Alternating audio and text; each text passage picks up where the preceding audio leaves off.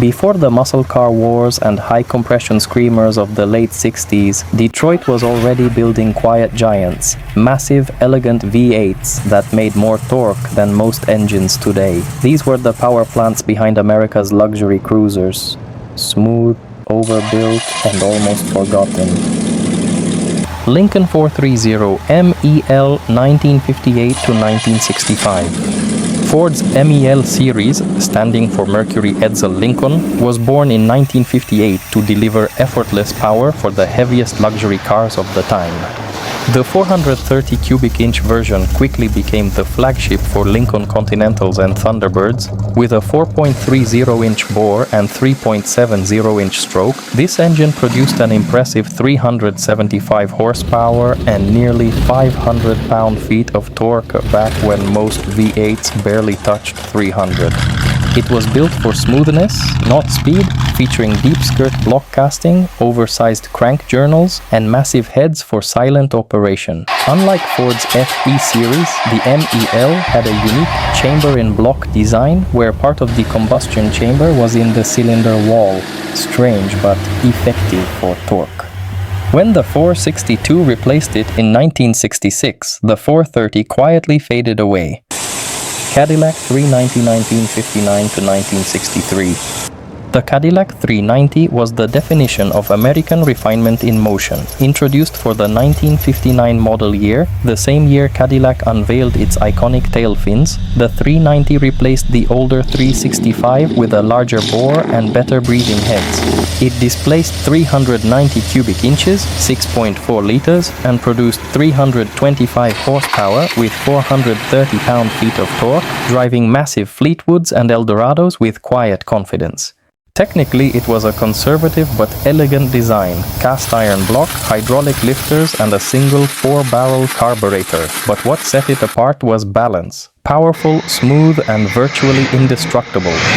This was an engine designed to cruise America's new interstates effortlessly at 100 kilometers per hour all day long. It also served as Cadillac's foundation for decades. The 429, 472, and 500 would all trace their roots back to this reliable 390. Cadillac 390, smooth power with pure 1950s elegance. Chevrolet 402 1970 to 1972. Here's a strange one. The Chevy 402 is technically a bored-out 396, but GM never marketed it under its real size. Introduced in 1970, the 402 cubic inch big block displaced 6.6 liters and made between 330 and 375 horsepower depending on tune. It powered Chevelles, Novas, Camaros, and even Impalas. But GM kept the 396 badges for marketing reasons. The 402 used the same Mark IV architecture as the 454, but with a shorter stroke, giving it a more rev-happy character. Despite strong power and massive torque, it was overshadowed by the LS6454 and later the small block craze. Today, it's one of the least recognized big block Chevys, but also one of the most balanced. The Chevrolet 402 delivered big block muscle in disguise, marketed as a 396, but packing more cubic inches and torque. It was a street sleeper that combined 454 strength with small block agility. Built for real-world power, it pulled hard from idle to red line with effortless torque. Today, it stands as one of Chevy's most overlooked big blocks from the golden muscle era. Oldsmobile 394 1959 to 1964.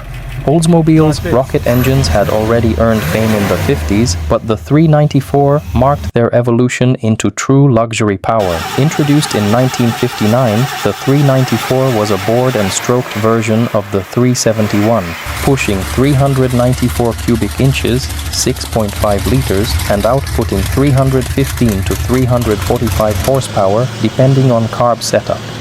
The 394 powered the top-tier 98 and Starfire models, large, glamorous cruisers meant to rival Cadillac. Its aluminum pistons, hydraulic lifters, and high-nickel block made it durable yet refined. The top Skyrocket versions even used higher compression ratios up to 10.25 to 1, producing enormous torque at low RPM. This engine was the pinnacle of Oldsmobile's classic rocket era before GM standardized big blocks in the late 60s. Cadillac 429-1964-1967, by 1964, Cadillac wanted smoother power delivery and cleaner emissions, so the 429 arrived. It was a new design derived from the 390, but with larger bore spacing, thinner walls, and more efficient heads. Displacing 429 cubic inches, 7.0 liters, it made 340 horsepower and 480 pound-feet of torque, still silky smooth but stronger than ever. The 429 was the final link in Cadillac's early OHV lineage before the massive 472's 500 family took over. It was also the first Cadillac VF8 to feature a cast crankshaft and redesigned oiling system for quieter operation.